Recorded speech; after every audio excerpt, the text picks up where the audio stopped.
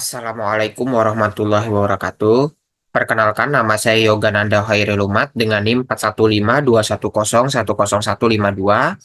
Hari ini saya akan menjelaskan presentasi mengenai potensi bahasa Indonesia menjadi bahasa ASEAN atau Perbara, yaitu Perhimpunan Bangsa Asia Tenggara, untuk memenuhi tugas besar 2 bahasa Indonesia dengan dosen pengampu Bapak Sugeng Winarna, MPD.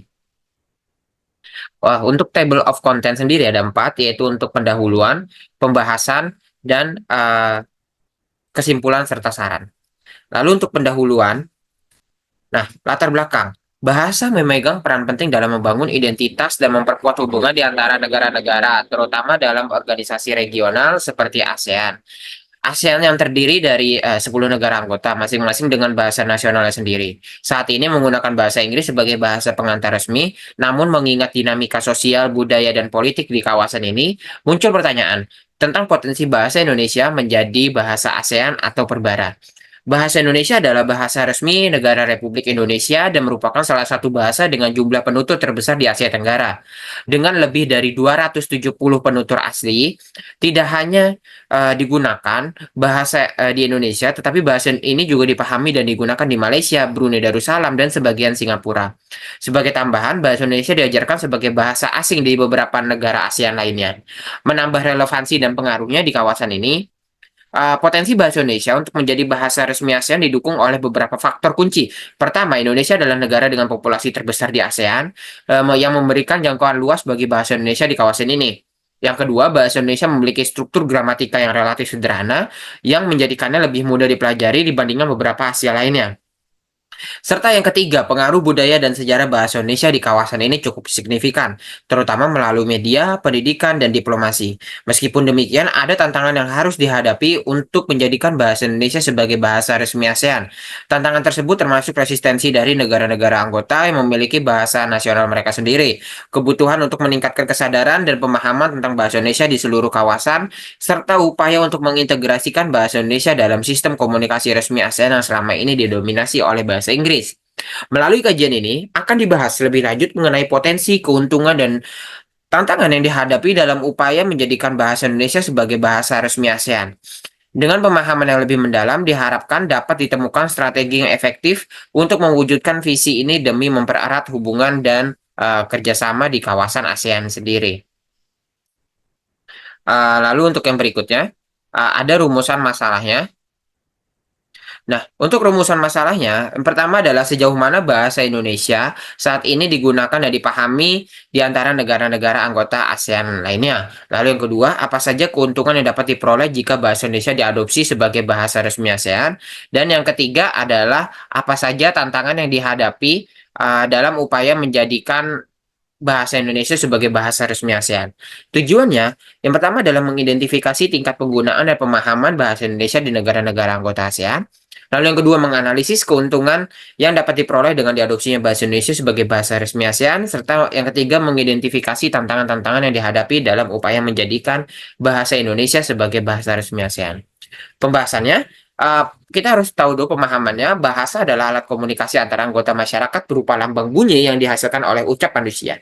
Pengertian bahasa itu meliputi dua bidang. Pertama, bunyi yang dihasilkan oleh alat ucap dan arti atau makna yang tersirat dalam arus bunyi itu sendiri.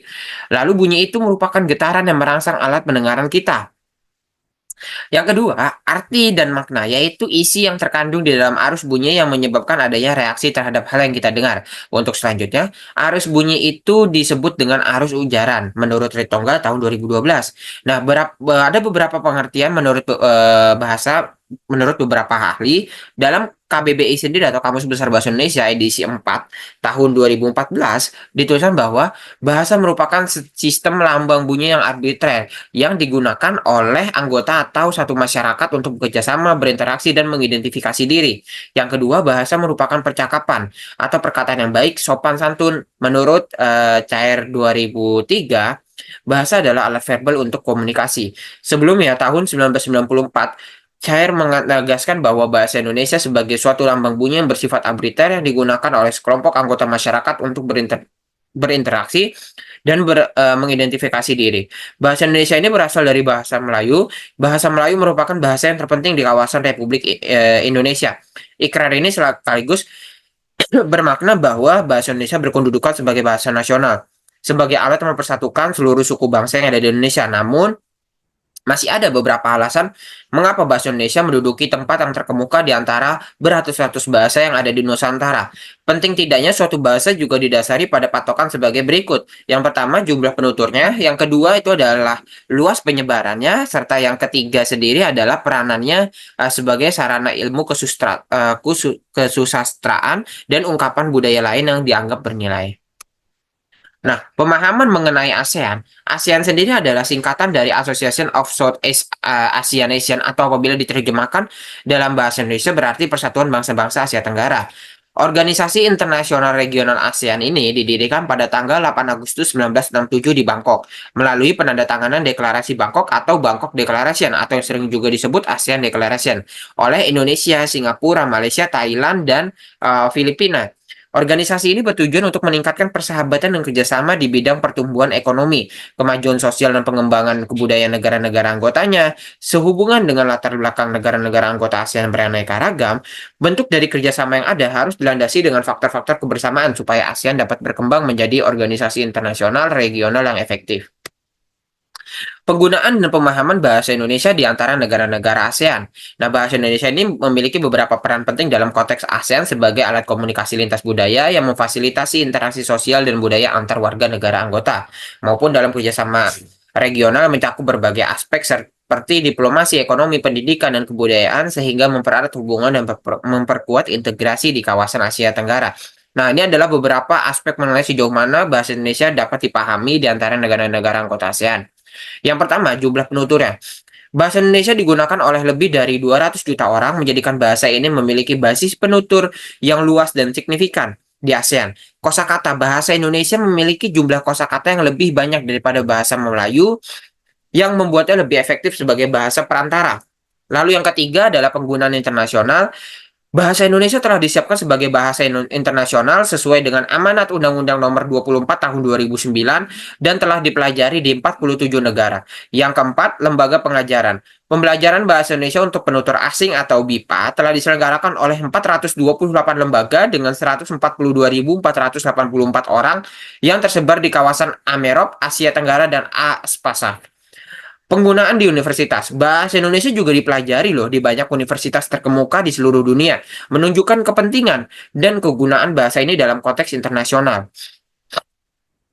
Yang keenam, keterkaitan dengan bahasa daerah. Bahasa Indonesia memiliki keterkaitan yang erat dengan bahasa daerah di kawasan Asia Tenggara, seperti di Malaysia, Singapura, Brunei Darussalam, dan Thailand Selatan. Penggunaan dalam ASEAN, bahasa Indonesia telah digunakan sebagai bahasa kerjasama ASEAN, menunjukkan potensi bahasa ini sebagai bahasa resmi ASEAN, serta unggul dalam penggunaan dan keberhasilan bahasa Indonesia dalam peranannya sebagai bahasa internasional dan penggunaannya di berbagai negara menunjukkan bahwa bahasa Indonesia ini lebih layak menjadi bahasa resmi ASEAN dibandingkan bahasa Melayu. Keuntungan jika bahasa Indonesia diadopsi menjadi bahasa resmi. Mengadopsi bahasa Indonesia sebagai bahasa resmi dapat memberikan berbagai keuntungan yang signifikan, baik bagi Indonesia maupun bagi ASEAN sebagai sebuah organisasi regional. Nah, keputusan ini tidak hanya akan menguntungkan dari segi diplomasi dan integrasi regional, tetapi juga membawa dampak positif pada bidang ekonomi, pendidikan, budaya, dan identitas regional. Nah, beberapa ini adalah keuntungan yang dapat diperoleh. Untuk keuntungan untuk Indonesia sendiri adalah pertama meningkatkan status bahasa Indonesia. Dengan diadopsi bahasa Indonesia sebagai bahasa resmi ASEAN, status bahasa Indonesia ini akan meningkat loh di kancah internasional. Bahasa Indonesia justru akan lebih dikenal dan dipelajari oleh masyarakat dari berbagai macam negara. Lalu yang kedua adalah penguatan posisi Indonesia dalam diplomasi regional. Nah, posisi dan pengaruh Indonesia dalam diplomasi regional akan semakin kuat. Sebagai negara dengan bahasa resmi ASEAN, Indonesia akan memiliki peran yang lebih dominan dalam pertemuan-pertemuan resmi, negosiasi, dan kerjasama antar negara anggota ASEAN. Yang ketiga, itu adalah keuntungan ekonomi. Pariwisata dan perdagangan Indonesia dapat mengalami peningkatan. Dengan semakin banyak orang yang belajar bahasa Indonesia, justru Indonesia akan menjadi destinasi wisata yang lebih menarik dan mitra bisnis yang lebih diincar. Hal ini akan berpengaruh pada potensi pendapatan nasional melalui sektor pariwisata dan perdagangan. Lalu yang keempat adalah pengembangan budaya dan pendidikan. Peningkatan minat terhadap budaya dan pendidikan di Indonesia juga akan terjadi. Lebih banyak materi akan diterjemahkan dan dipelajari dalam bahasa Indonesia sehingga budaya dan pendidikan Indonesia akan lebih dikenal di internasional maupun di ASEAN. Nah, keuntungan untuk ASEAN sendiri apa sih? Yang pertama adalah memperkuat integrasi regional. Adanya satu bahasa resmi akan memperkuat integrasi dan kohesi di antara negara-negara anggota ASEAN. Ini akan memfasilitasi kerjasama yang lebih efektif dalam berbagai bidang termasuk politik, ekonomi, sosial, dan budaya. Yang kedua itu adalah efisiensi dalam komunikasi. Hambatan bahasa yang seringkali menjadi kendala dalam pertemuan resmi, penyusunan dokumen, dan komunikasi antara negara anggota akan berkurang. Hal ini akan meningkatkan efisiensi dan efektivitas organisasi ASEAN dalam menjalankan program-program dan inisiatif regional. Serta yang ketiga adalah penghargaan terhadap keanekaragaman budaya. Pengadopsi bahasa Indonesia sebagai bahasa resmi juga merupakan bentuk penghargaan terhadap keanekaragaman budaya di Indonesia. Mengingat jumlah penutur bahasa Indonesia yang signifikan di Asia Tenggara, ini akan memberikan rasa inklusivitas dan representasi yang lebih baik di organisasi. Yang keempat, peningkatan kapasitas linguistik. Negara-negara anggota ASEAN akan terdorong untuk meningkatkan kapasitas linguistik mereka dalam mempelajari bahasa Indonesia. Justru ini akan mendorong multibahasa dan keterampilan yang lebih baik di antara penduduk ASEAN. Yang kelima, pengembangan identitas regional lebih kuat dengan memiliki bahasa resmi yang memiliki akar dan relevansi di kawasan Asia Tenggara. ASEAN dapat mengembangkan identitas regional lebih kuat. Ini akan memperkuat rasa kebersamaan dan solidaritas di antara negara-negara anggota serta menjadikan ASEAN lebih solid dan terpadu dalam menghadapi tantangan global. Nah, dengan demikian, mengadopsi bahasa Indonesia sebagai bahasa resmi tidak hanya akan membawa manfaat langsung bagi Indonesia, tapi juga akan membawa manfaat juga bagi ASEAN. Nah, tantangan yang dihadapi dalam upaya menjadikan bahasa Indonesia sebagai bahasa resmi ASEAN, mengadopsi bahasa Indonesia sebagai bahasa resmi ASEAN tentu menghadapi beberapa tantangan yang mencakup aspek politik, diplomatik, budaya, teknis, logistik, ekonomi, dan sosial. Nah, setiap tantangan ini memerlukan pendekatan yang hati-hati dan kolaboratif, serta dukungan dari semua negara anggota untuk memastikan bahwa penerapan bahasa Indonesia dapat dilakukan dengan baik tanpa mengorbankan keanekaragaman dan kepentingan masing-masing negara anggota ASEAN. Nah, berikut adalah beberapa tantangannya. Tantangan politik dan diplomatik yang pertama yaitu adalah persetujuan dari semua negara anggota. ASEAN terdiri dari 10 negara dengan latar belakang budaya dan bahasa yang beragam. Untuk mengadopsi bahasa Indonesia sebagai bahasa resmi, diperlukan persetujuan dari semua negara anggota. Proses ini mungkin memerlukan negosiasi dan diplomasi yang intensif karena setiap negara memiliki kepentingan, kebijakan, bahasa, dan prioritas nasional yang berbeda. Lalu yang kedua adalah rivalitas regional. Negara-negara yang memiliki bahasa nasional yang kuat seperti Malaysia dengan bahasa Melayu dan Filipina dengan bahasa Tagalog mungkin merasa enggan untuk menerima bahasa Indonesia sebagai bahasa resmi ASEAN. Hal ini dapat memunculkan rivalitas dan ketegangan diplomatik sehingga diperlukan pendekatan yang bijaksana dan inklusif untuk mencapai kesepakatan yang dapat diterima semua pihak. Nah, lalu yang kedua adalah tantangan budaya dan identitas. Nah, ada dua, yaitu keanekaragaman bahasa dan budaya. ASEAN adalah kawasan yang sangat kaya dengan keanekaragaman bahasa dan budaya. Menerapkan suatu bahasa resmi mungkin dianggap sebagai upaya homogenisasi yang beresiko mengabaikan dan mereduksi keanekaragaman tersebut. Oleh karena itu, perlu ada pendekatan yang sensitif dan inklusif untuk memastikan bahwa keanekaragaman bahasa dan budaya tetap dihargai. Lalu yang kedua adalah resistensi dari masyarakat lokal. Masyarakat di negara-negara anggota mungkin menunjukkan resistensi terhadap penggunaan bahasa Indonesia, terutama jika mereka merasa bahwa bahasa dan budaya mereka akan terpinggirkan. Untuk mengatasi hal ini, perlu dilakukan kampanye kesadaran publik dan program pendidikan yang menyeluruh untuk membangun penerimaan dan dukungan masyarakat luas. Selanjutnya adalah tantangan teknis dan logistik, yaitu adalah pendidikan dan pembelajaran bahasa. Untuk memastikan bahwa bahasa Indonesia dapat berfungsi sebagai bahasa resmi, diperlukan program pendidikan bahasa yang resmi sebagai negara anggota ASEAN. Ini mencakup pelatihan guru, penyediaan materi pembelajaran, dan pengembangan kurikulum yang eksklusif. Untuk program ini membutuhkan investasi waktu dan sumber daya yang besar. Lalu yang berikutnya adalah tantangan ekonomi, yaitu adalah dari segi biaya implementasi. Implementasi bahasa baru sebagai bahasa resmi memerlukan biaya yang tidak sedikit. Biaya ini meliputi pelatihan, pengembangan materi, pembelajaran, penerjemahan dokumen, dan penyusunan teknologi komunikasi. Pendanaan yang memadai harus diidentifikasi dan dialokasikan untuk mendukung proses ini, sehingga implementasi dapat berjalan lancar tanpa hambatan finansial. Lalu yang berikutnya adalah tantangan sosial. Yang pertama adalah adaptasi menjadi masyarakat. Masyarakat di negara-negara anggota ASEAN perlu waktu untuk beradaptasi dengan penggunaan bahasa Indonesia dalam konteks resmi dan profesional. Perubahan ini memerlukan usaha tambahan dalam hal pendidikan dan sosialisasi agar masyarakat bisa menerima dan menggunakan bahasa Indonesia dengan baik. Seperti program-program pelatihan kampanye dan informasi harus dirancang untuk memfasilitasi transisi ini secara efektif. Nah, menghadapi tantangan-tantangan ini perlu melakukan pendekatan yang strategis, inklusif, dan berkelanjutan dari semua pihak terkait. Solusi yang dirumuskan juga harus mampu memastikan bahwa penerapan bahasa Indonesia sebagai bahasa resmi ASEAN tidak hanya membawa manfaat maksimal, tetapi juga menghormati dan mempertahankan keanekaragaman budaya, bahasa, dan kepentingan negara setiap anggota. Lalu yang terakhir adalah kesimpulan. Dari kesimpulan ini adalah mengadopsi bahasa Indonesia sebagai bahasa resmi ASEAN memiliki potensi besar untuk memperkuat integrasi dan kohesi regional, serta membawa keuntungan signifikan bagi Indonesia dan negara-negara anggota ASEAN. Bahasa Indonesia dengan jumlah penutur yang luas, keunggulan kosakata, dan tingkat kesaling pahaman tinggi dapat berfungsi sebagai alat komunikasi yang efektif di kawasan ini. Keuntungan yang dapat diperoleh termasuk peningkatan status bahasa Indonesia di kancah internasional, penguatan posisi diplomasi di Indonesia, serta peningkatan ekonomi melalui sektor pariwisata dan perdagangan, dan pengembangan budaya dan pendidikan. Namun, proses ini juga dihadapkan pada tantangan-tantangan seperti rivalitas dengan negara tetangga, kesulitan dalam meningkatkan penggunaan bahasa Indonesia di luar negeri, pengaruh globalisasi dan budaya asing, keterbatasan sumber daya manusia, serta kebutuhan strategi dan diplomasi yang efektif. Tantangan politik, diplomatik, budaya, teknis, logistik, ekonomi, dan sosial harus diatasi dengan pendekatan yang hati-hati dan kolaboratif. Untuk mengatasi tantangan tersebut dapat mengoptimalkan potensi bahasa Indonesia sebagai bahasa resmi ASEAN. Berbagai strategi dapat diterapkan termasuk promosi intensif melalui diplomasi budaya dan pengembangan program pendidikan dan pelatihan bahasa, serta kerjasama regional dalam harmonisasi kebijakan. Pemanfaatan teknologi dan digitalisasi, serta pembangunan infrastruktur yang mendukung. Inklusi dalam bahasa dalam sektor ekonomi dan bisnis, kampanye kesadaran berkelanjutan, serta riset dan pengembangan di ASEAN untuk memperkuat identitas regional dan mendukung integrasi yang lebih efektif di kawasan Asia Tenggara.